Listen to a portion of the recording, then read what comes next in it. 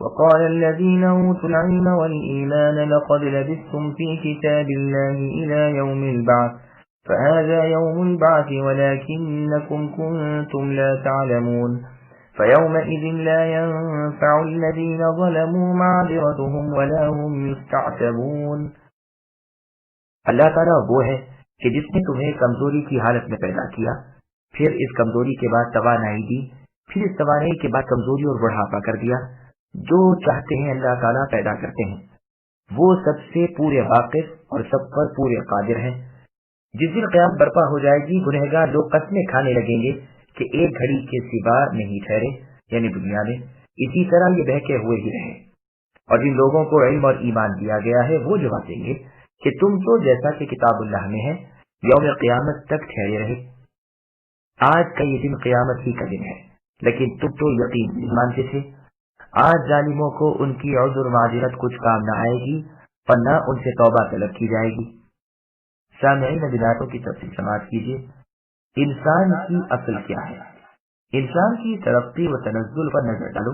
اس کی اصل تو مٹی سے ہے، پھر نطفے سے، پھر خون بسا سے، پھر گوشت کے لوتھڑے سے، پھر اسے ہڈیاں پہنائی جاتی ہیں، پھر ہڈیوں پر گوشت پوش پہنایا جاتا ہے، پھر روح پھونکی جاتی ہے، پھر ماں کے پیٹ سے غریب و نحیف ہو کر نکلتا ہے، پھر تھوڑا تھوڑا بڑھتا جاتا ہے اور مضبوط ہوتا جاتا ہے، پھر بچپن کے زمانے کی بہاریں دیکھتا ہے، پھر جوانی کے قریب پہنچتا ہے، پھر جوان ہوتا ہے، آخر نشو و نما موقوف ہو جاتی ہے۔ اب قوا پھر مضمحل ہونے شروع ہوتے ہیں، طاقتیں گھٹنے لگتی ہیں، ادھیڑ عمر کو پہنچتا ہے، پھر بڈھا ہوتا ہے، پھر بوڑھا پھوس ہو جاتا ہے۔ طاقت کے بعد کی یہ ناطاقتی بھی قابل عبرت ہوتی ہے کہ ہمت پست ہے، دیکھنا، سننا، چلنا، پھرنا، اچکنا، پکڑنا، غرض ہر طاقت گھٹ جاتی ہے، رفتہ رفتہ بالکل جواب دے جاتی ہے اور ساری صفتیں متغیر ہو جاتی ہیں، بدن پر جھریاں پڑ جاتی ہیں، رخسار پچک جاتے ہیں، دانت ٹوٹ جاتے ہیں، بال سفید ہو جاتے ہیں۔ یہ ہے قوت کے بعد کی ضعیفی اور بڑھاپا۔ وہ اللہ تعالیٰ جو چاہتے ہیں کرتے ہیں، بنانا بگاڑنا اللہ کی قدرت کے ادنا کرشمے ہیں۔ ساری مخلوق اللہ کے غلام، وہ سب کے مالک، وہ عالم و قادر، نہ اللہ کا سا کسی کا علم، نہ اللہ جیسی کسی کی قدرت۔ مجرم کی دنیا اور آخرت میں جھوٹی قسمیں۔ اللہ تعالیٰ خبر دیتے ہیں کہ کفار دنیا اور آخرت کے کاموں سے بالکل جاہل ہیں۔ دنیا کی ان کی جہالت تو یہ ہے کہ اللہ تعالیٰ کے ساتھ اوروں کو شریک کرتے رہے، اور آخرت میں یہ جہالت کریں گے کہ قسمیں کھا کر کہیں گے کہ ہم دنیا میں صرف 1 ساعت یعنی 1 گھڑی رہے۔ اس سے مقصود ان کا یہ ہوگا کہ اتنے تھوڑے سے وقت میں ہم پر کوئی حجت قائم نہیں ہوئی، ہمیں معذور سمجھا جائے۔ اسی لیے فرمایا کہ یہ جیسے یہاں بہتی بہتی باتیں کر رہے ہیں، دنیا میں بھی یہ بہتے ہوئے ہی رہے۔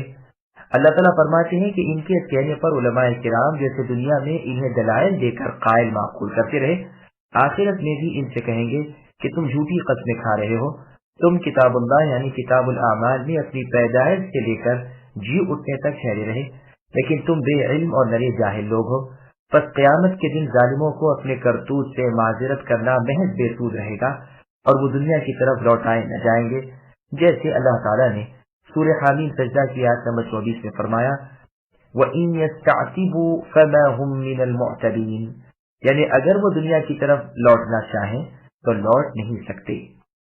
وَلَقَدْ ضَرَبْنَا لِلنَّاسِ فِي هَذَا الْقُرْآنِ مِنْ كُلِّ مَثَلٍ وَلَئِنْ جِئْتَهُمْ بِآيَةٍ لَيَقُولَنَّ الَّذِينَ كَفَرُوا إِنْ أَنْتُمْ إِلَّا مُبْطِلُونَ كَذَلِكَ يَطْبَعُ اللَّهُ عَلَى قُلُوبِ الَّذِينَ لَا يَعْلَمُونَ فاصبر إن وعد الله حق ولا يستخفنك الذين لا يوقنون۔ اور بے شک ہم نے اس قرآن میں لوگوں کے سامنے کل مثالیں بیان کر دی ہیں، اے نبی آپ ان کے پاس کوئی بھی نشانی لائیے، یہ کافر تو یہی کہیں گے کہ تم بیہودہ گو جھوٹے ہو۔ اللہ تعالیٰ ان لوگوں کے دلوں پر جو سمجھ نہیں رکھتے یوں ہی مہر کر دیتے ہیں۔ اے نبی آپ صبر کیجئے، یقیناً اللہ تعالیٰ کا وعدہ سچا ہے، آپ کو وہ لوگ خفیف نہ کریں جو یقین نہیں رکھتے۔ سامعین ولایتوں کی تفصیل سماعت کیجیے۔ نبی صلی اللہ علیہ وسلم کو صبر کی تلقین۔ حق کو ہم نے اس پاک کلام میں پوری طرح واضح کر دیا ہے اور مثالیں دے دے کر سمجھا دیا ہے کہ لوگوں پر حق کھل جائے اور اس کی تابعداری میں لگ جائیں۔ ان کے پاس تو کوئی بھی معجزہ آ جائے، کیسا ہی نشان حق دیکھ لیں، لیکن یہ تو جھٹ سے بلا غور علی الفور کہہ دیں گے کہ یہ جادو ہے، باطل ہے، جھوٹ ہے۔